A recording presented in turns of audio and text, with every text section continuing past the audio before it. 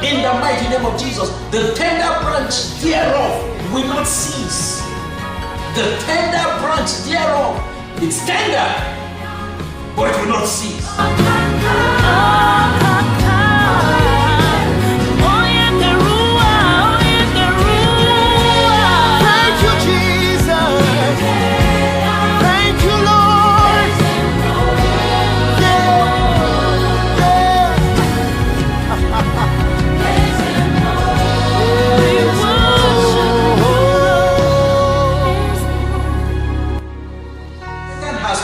To seize in your life, God will commence you in a grand style with a new beginning, a new chapter, a fresh start in the mighty name of Jesus.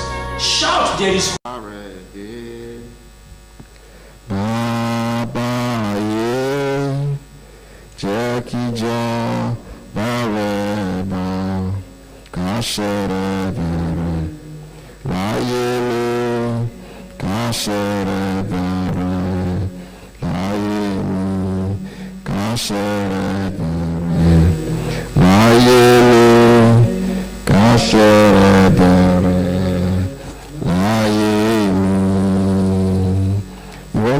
just one prayer before we continue the service this morning.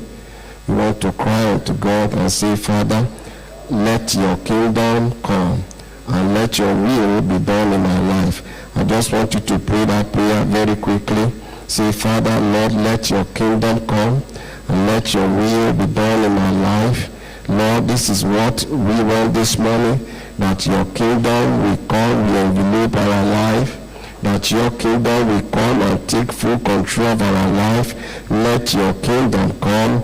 Let your will be done. Let your will be done. Let your kingdom take the full control of my life. This morning, I present myself to you, God.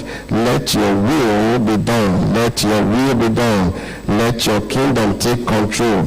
In the mighty name of Jesus. Father, we thank you. We release ourselves to you this morning as your children, even as we have gathered to you, Father. Let your kingdom take hold of our life this morning, and let your will begin to manifest in our heart, in our life, in our endeavor, in our career, in our home, in everything that concerns us. Father, Lord, we release ourselves to you. In Jesus' mighty name we are prayed. In Jesus' mighty name we are prayed. Our King and our God, we bow to you this morning in full acknowledgement that you are the King, that you are true, that you are living. Everlasting King of glory, we submit our heart to you as we come before you. Speak to us in Jesus' name. We pray, Father, today as we approach your throne, Father God, let your hand of sweet embrace our life in Jesus' name.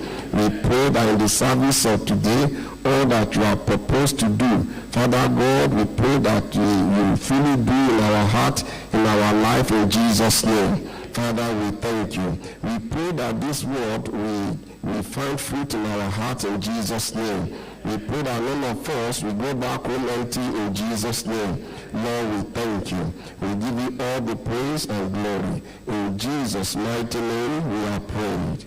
In Jesus' glorious name we are prayed. Please, you may be seated very quickly. We are all welcome to God's presence this morning, and we just want to acknowledge your presence, and that the Lord who has brought you this morning will equally bless your life abundantly in Jesus' name. And I'll be speaking to us this morning on the topic which I titled, Thy Kingdom Come, Thy Kingdom Come. And I will be taking my text from the book of Matthew, chapter 6, verse 9 to 10. I'll be taking my text from the book of Matthew, chapter 6, verse 9 to 10. Scripture says, After this manner, therefore pray ye, Our Father, which art in heaven, hallowed be thy name. Thy kingdom come, thy will be done on earth. Praise the name of the Lord. This is Jesus Christ speaking to his disciple. So I want to let you know, my brethren, this morning, if there's anything that we need to crave for, there's anything that we need to strongly desire in the time that we find ourselves, it is actually the kingdom of God. When we hear the word kingdom, what really readily comes to our mind, it reminds us of the word reign, control, dominion, sovereignty. These are the things that comes to our mind readily when we hear the word kingdom. In fact, actually we can infer and say probably this word was coined out of two words, king and domain. Our earthly king, in their domain, they rule, they exercise control over their territories and over their subjects. That is actually why they are called king. They are called kings because they have a domain, and they can exercise their control, they can exercise their authority over their territories and over their subject. So the kingdom we are talking about this morning is the kingdom that belongs to our God, the kingdom of God. Just like we read in our text today, he said that after this manner, therefore pray ye, our Father which art in heaven, hallowed be thy name. Thy kingdom come, thy will be done in earth as it is in heaven. Like you can see that after Jesus Christ, has taught his disciples how to pray, how to approach God in the place of prayer by way of worship. The number 2 prayer point that was teaching his disciple is how to seek for the kingdom.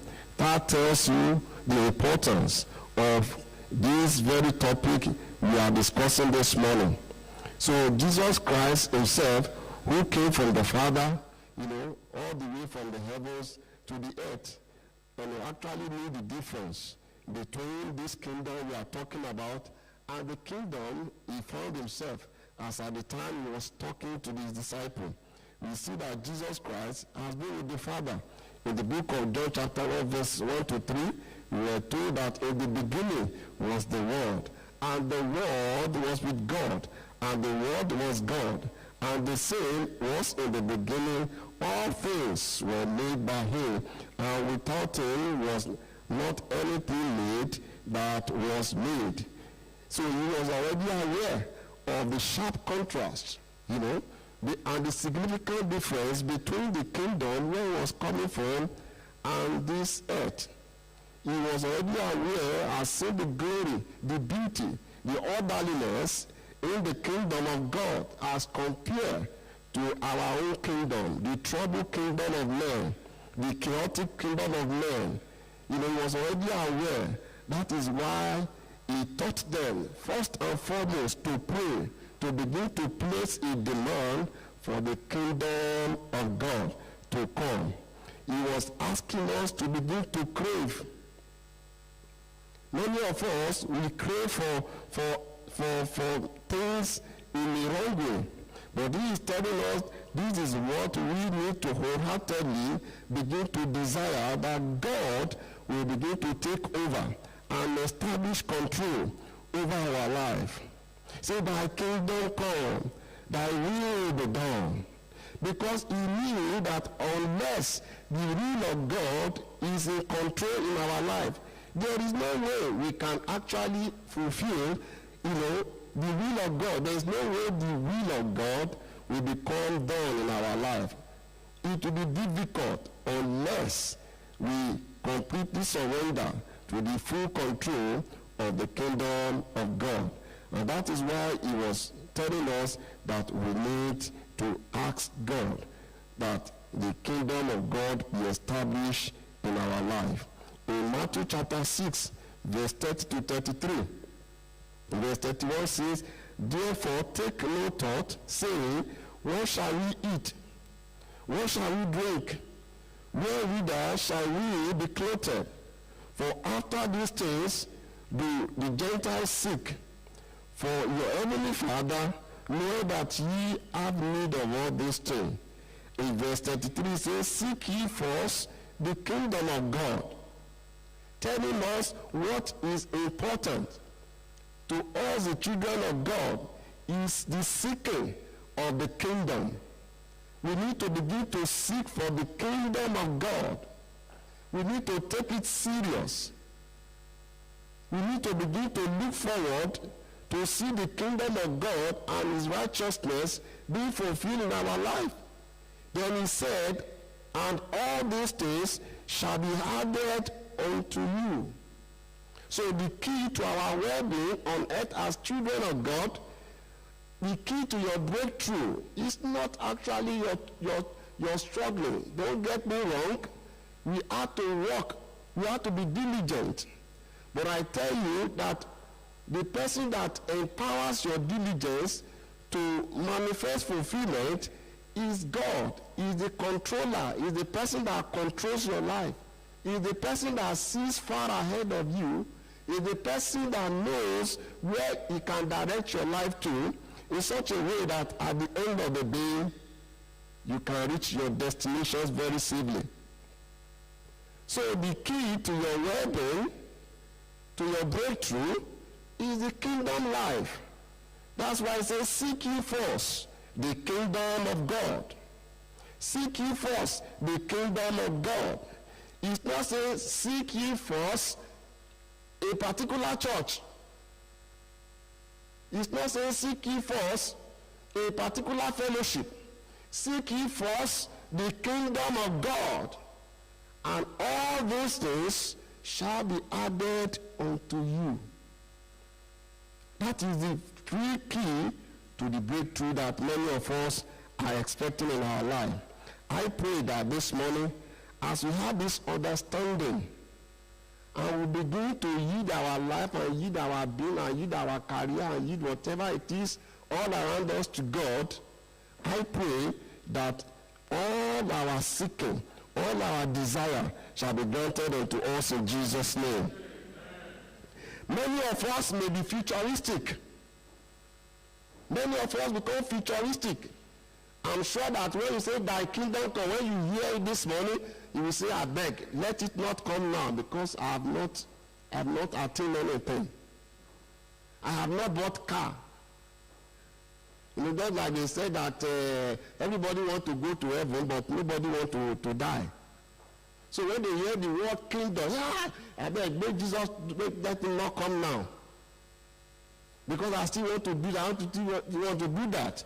You know, we may be futuristic in our understanding of the phrase, thy kingdom come. We may be thinking we are asking Jesus to quickly come back and or end this world, and so that all the suffering could end. This could be our interpretation of that phrase. But I tell you, of course, we are right. Because we are expecting the coming of the Lord. But this is not what Jesus, who just came and started his ministry, and at the very beginning of his ministry, he was teaching the people to begin to ask for the kingdom. To begin to demand for the kingdom. He was not looking at the future.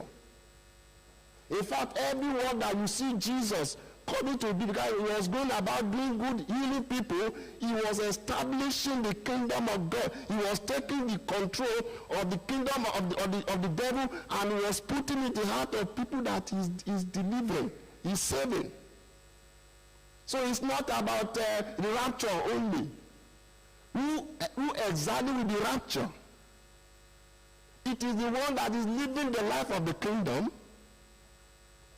It is the one that is in conformance with the kingdom.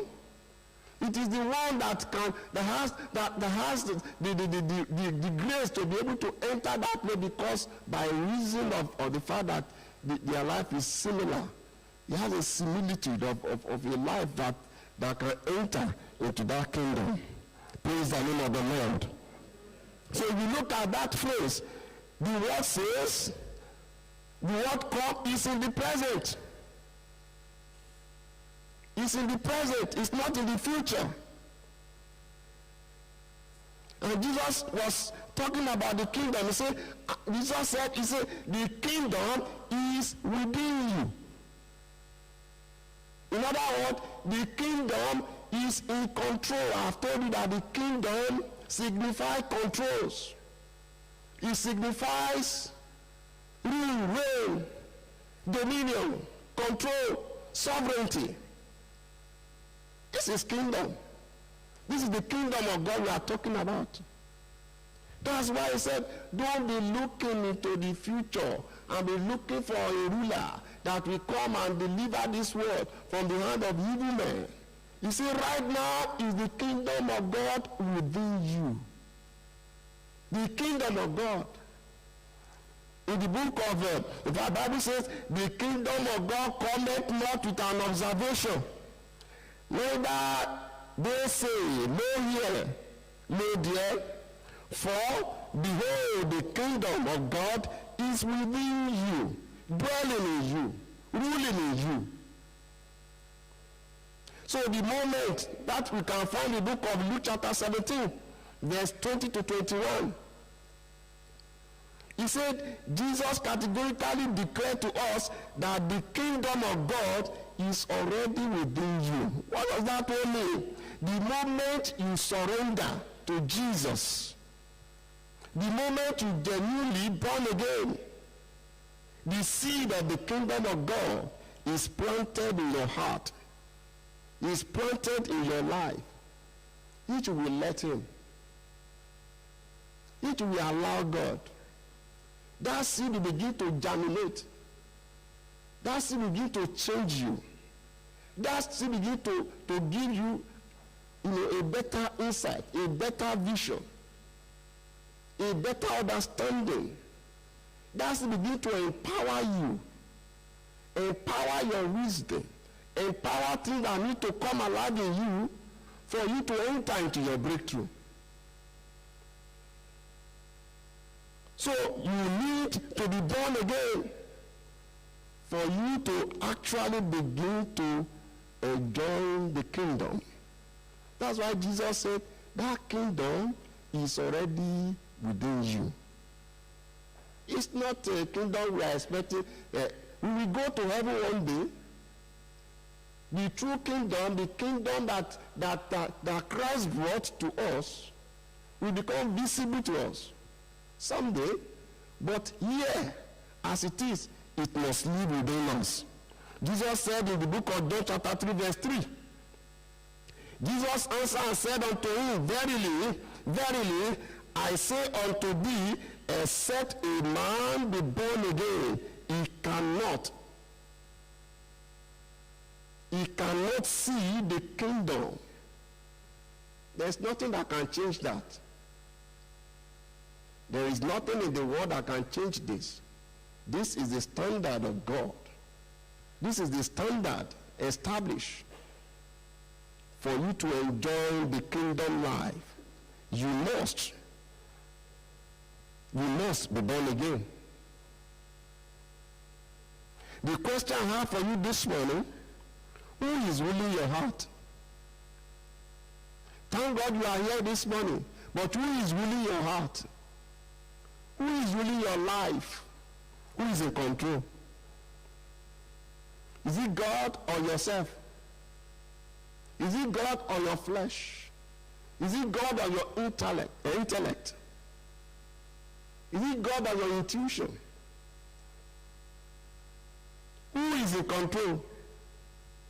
But let me let you know this morning, if you are a genuine child of God, the kingdom of God is already within you. Praise the name of the Lord. So when we pray thy kingdom come, we are not actually praying. That's in the nutshell what I've been saying. We are not just actually praying for the physical kingdom or the return of Christ. What we are actually saying is that the kingdom of God will come today and take a full control of our life. Imagine a life that is under the control of God. That life is blessed. Scripture describes the blessedness of a man whom God has saved, whom God will not impute impunity, any form of a sin. He described the blessedness of that life. On Friday we started looking at Psalm 1. You are looking for a breakthrough. That is the way. That is the way to get prosper. You need to seek for the kingdom of God. There's no cutting corners. It is not a standard established by man. The way to your breakthrough is the way of the kingdom. So what is the kingdom? I just want to briefly take us through this, the description of the kingdom. What is the kingdom? The kingdom of God. What does it look like?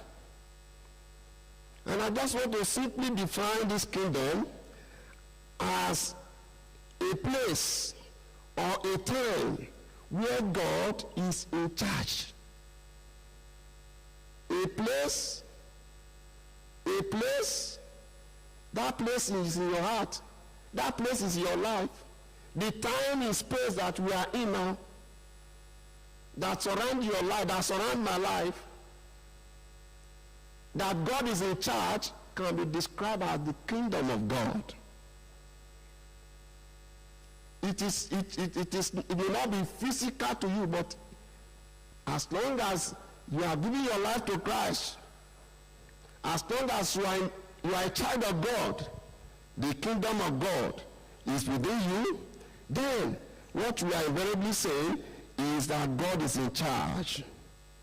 So those who have entered into God's kingdom are operating under God's way of doing things, under God's rule. That's why the question is coming to you again. Who is the ruler of your heart? Who is the ruler of my life? Who is the person that is in control?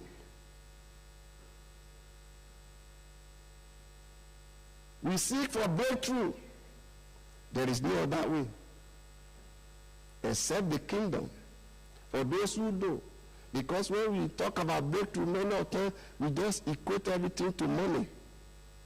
We just equate everything to material acquisition. These things are little things compared to what God has in stock for you and I. It is not a difficult thing. It is not a difficult for God to translate our life and bless us. In fact, this is his desire for each and every one of us. But he said, we must seek for the kingdom of God and his righteousness. Today we are no longer seeking that. We are no longer seeking that. Even in the Christendom, we are no longer seeking that. We no longer seek for the kingdom of God. So the person that is under God's rule, we can say that the kingdom of God is within that person. So that is a great guarantee for your breakthrough. Why? Because God owns everything. God owns everything. He has the capacity to supply all that you need to succeed. Tell me that man that succeeded in all things. Because that's why you need to disabuse your mind. It is not about what you gather. It's good to gather. The people that are really gathered, they do not have the kingdom of God within them. So it's go beyond that. God wants us to prosper. God wants us to do well. God wants us to make a mark. God wants to distinct our life. God wants to make us who He wants us to be. But I want to tell you that the real fulfillment in this life that God has given you is when you are found in the kingdom. It does not matter what you have on earth. If you don't have the kingdom, if you don't have the kingdom of God within you, you have not acquired anything. Little wonder Jesus said, what shall He profit us? Don't say amen. Put yourself there. Stop saying a man. Put yourself there. What shall it profit me if I gain the whole world and lose my soul? What shall it profit me? What shall it profit me? So number 2 description of this kingdom is that this kingdom is spiritual. It is only visible to those who are saved. Number 1, it is a time and a place where God is in charge. Number 2, it is spiritual. You can't get in unless you become spiritual. It is not visible to you until you become spiritual.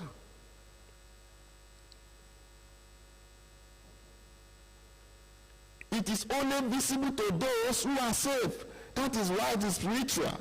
Because the process of getting you saved is spiritual process. So it is spiritual. Jesus said, he said unto them, verily, verily, I say unto you, that there be some of them that stand here, which shall not taste death, till they have seen the kingdom of God come with power. Mark chapter 9 verse 1. Jesus is talking about salvation here, that enable us spiritually to experience the kingdom. The fact that those people will not die means that they will see salvation, and then they will experience the power of the kingdom. Number 3, for the description of the kingdom, it is a living kingdom. Everything about this kingdom is life. Everything about the kingdom of God that we are talking about is life. That's why Jesus told us that I have come that they may have life, and they may have life more abundantly. John chapter 10 verse 10. In fact, the scripture described to us in 1 Peter chapter 1 verse 23 that we are born again of the living word, the living word of God. For you have been born again, not of perishable seed, but imperishable, through the living and enduring word of God. 1 Peter chapter 1 verse 23. Everything about the kingdom is living, is life. And he went on to tell us in the book of 1 Peter chapter 1 verse 3. He said, praise ye be God and our Father of our Lord Jesus Christ. In his great mercy, he has given us a new birth into a living hope, a lively hope. So everything about the kingdom is living. Once you enter into the kingdom, you begin to receive life. Everything that needs to wake up in your life begin to wake up. Is it guidance you need? You begin to receive. Is it the pronouncement of blessing upon you? You begin to receive it. Is it favor? You begin to receive. Everything about the kingdom is life. The kingdom of God is eternal. 1 Peter chapter 1 verse 10 to 11, talking about the everlasting kingdom of our Lord Jesus Christ. It is eternal, it is undying kingdom. It doesn't fade away. And that kingdom, as part of the description of the kingdom, is that this kingdom is glorious. 1 Thessalonians chapter 2 verse 12. He's talking about the kingdom and the glory. So there is a glory that we get when we are living the kingdom life. And this kingdom is powerful. Another description of the kingdom. 1 Corinthians chapter 4 verse 20. See, for the kingdom of God is not a word, but a power. We understand and we know that power gives us ability.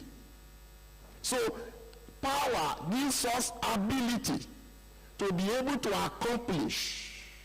You want to break through, you need power. You need to be empowered for you to break through. So in the kingdom, we are empowered to attain. Because the ruler of our kingdom owns everything. Everything belongs to this God. And it is a righteous kingdom. It is a righteous kingdom. It is a righteous kingdom. From where we read, we can see that it is a righteous kingdom. Praise the name of the Lord. Praise the name of the Lord. So what are the benefits of the kingdom? What are the benefits of the kingdom? Number one, in the kingdom, there are no losers. Nobody is a loser in the kingdom of God.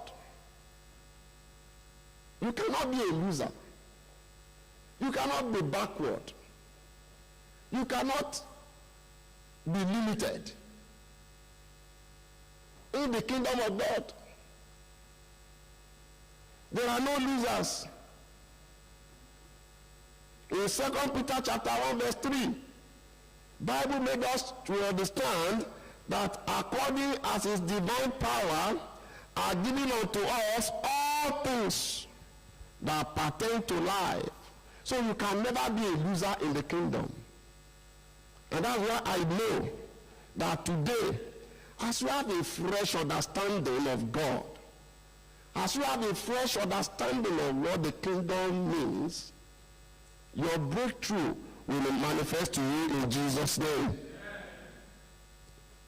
He said he has given you everything that pertains to life and godliness through the knowledge of him that has called us to glory and virtue. That is the word of God. So you can never be a loser.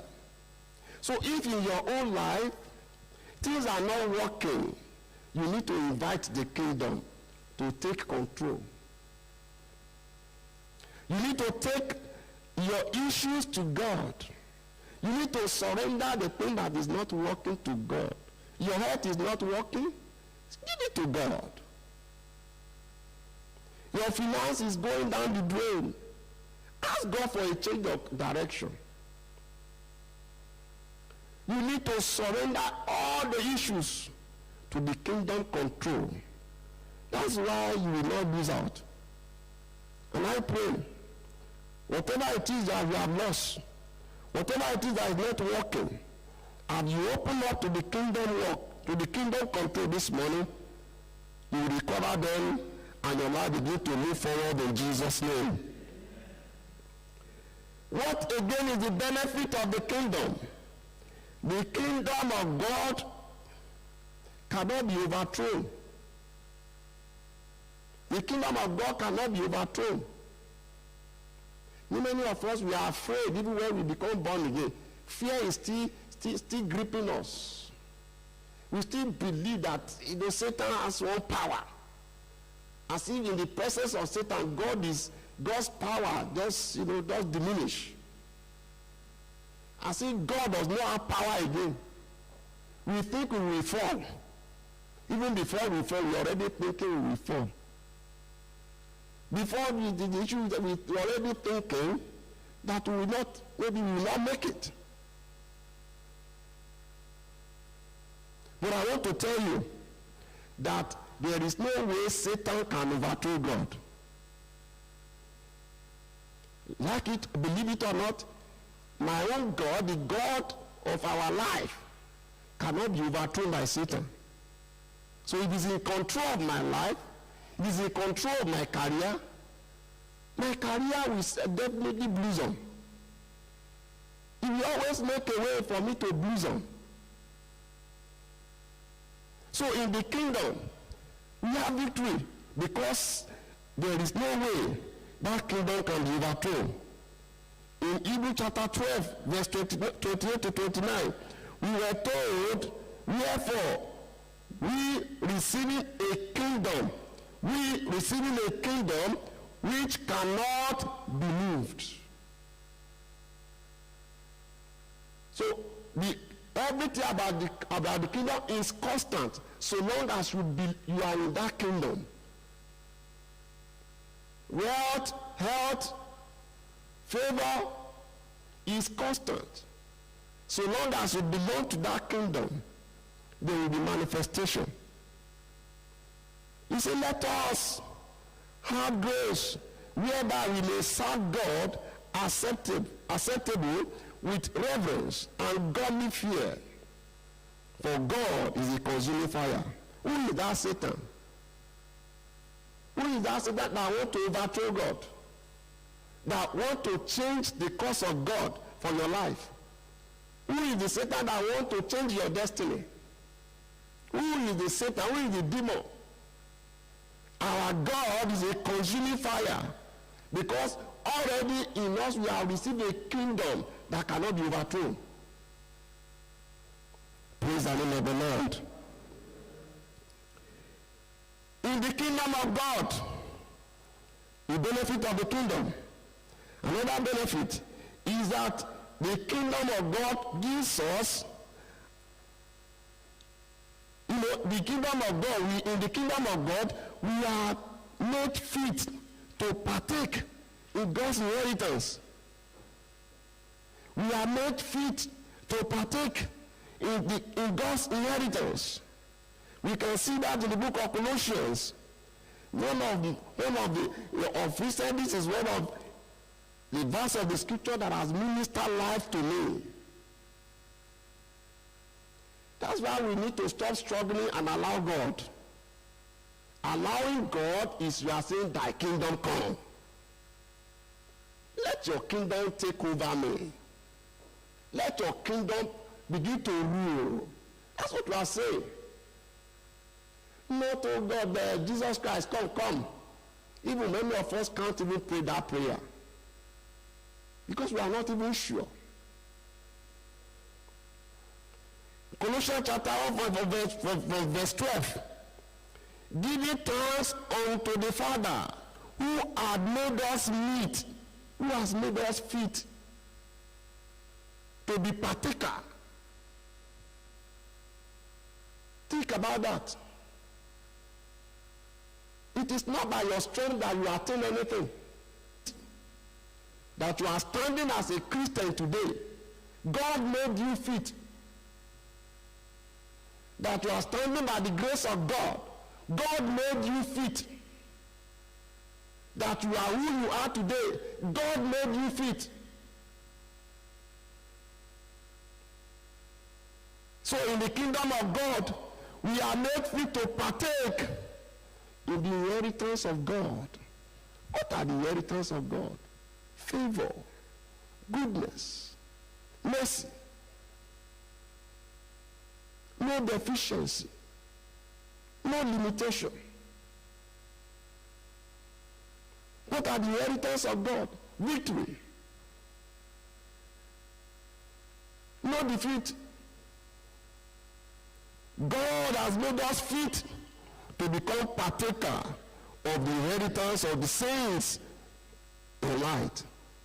When you are a child of God, you have an inheritance, because your life is connected to the kingdom. So God made you fit to become a partaker. I pray for you this morning, God will make you a partaker of his goodness in Jesus' name. You need to release yourself, release your whatever it is, release your life, release your career, release whatever is not working. Let God make them fit so that you can start partaking.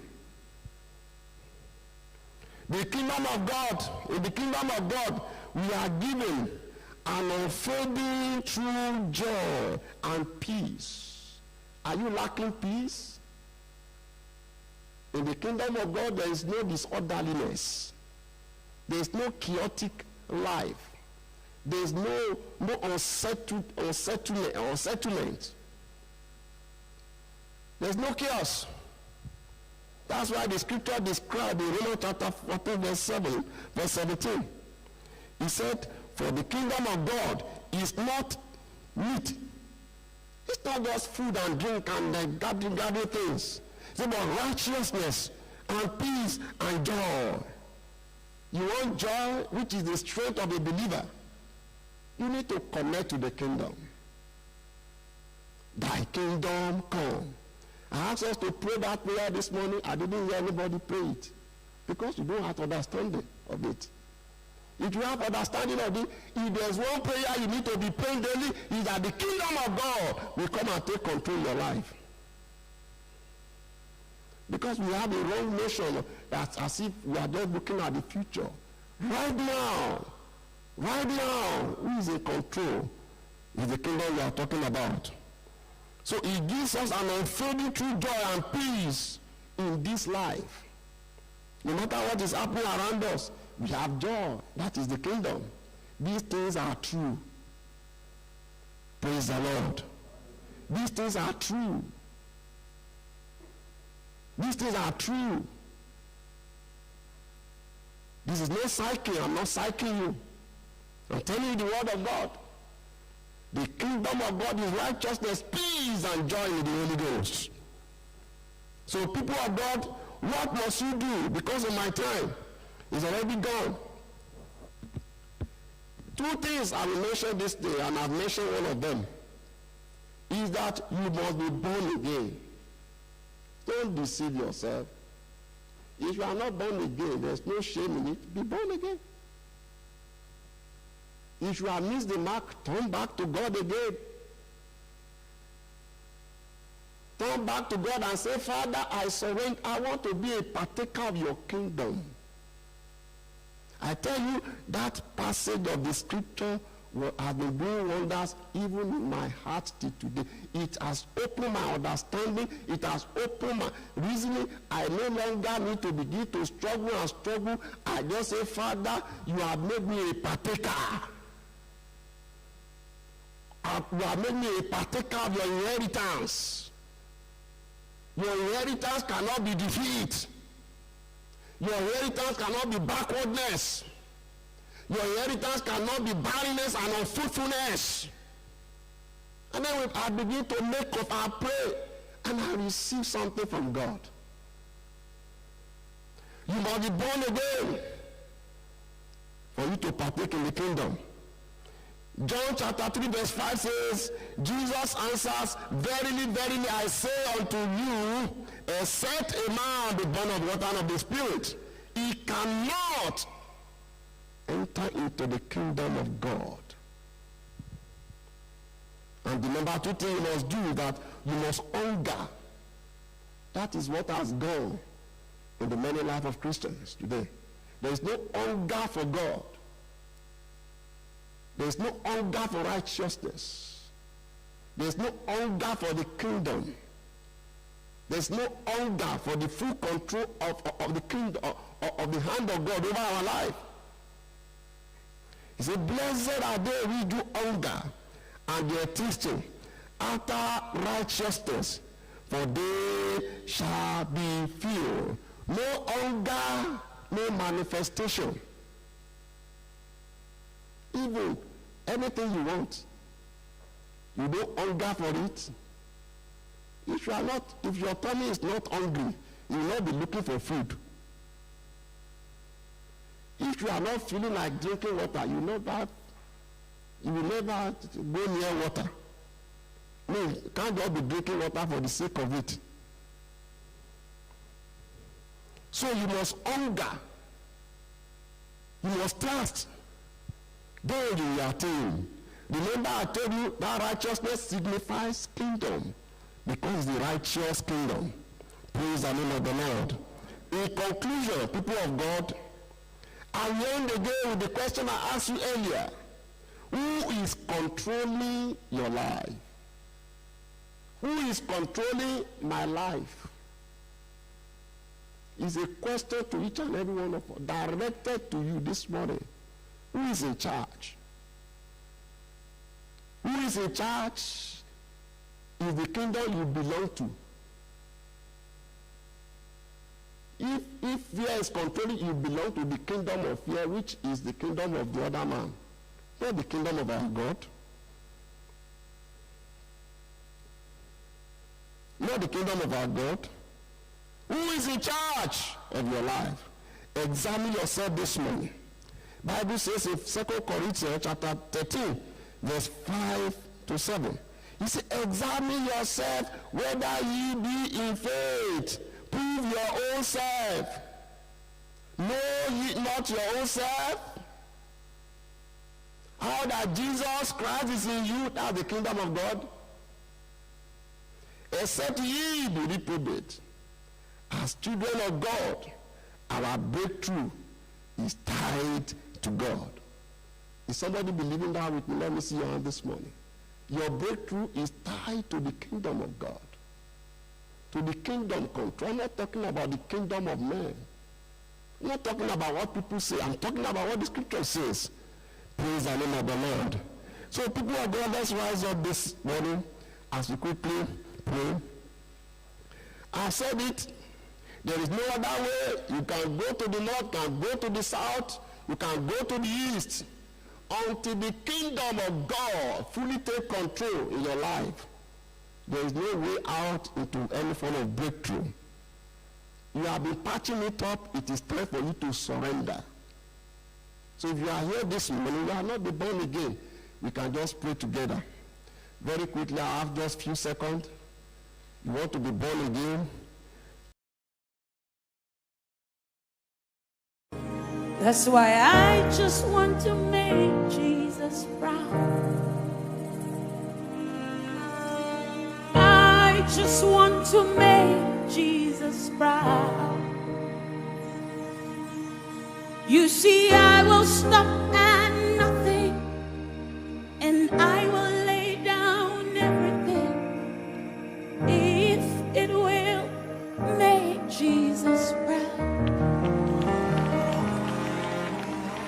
See, I just want to make Jesus proud. I just want to make Jesus proud. You see, I will stop at nothing, and I will lay down everything if it will make Jesus proud, including ministry. See, I just want to make Jesus proud.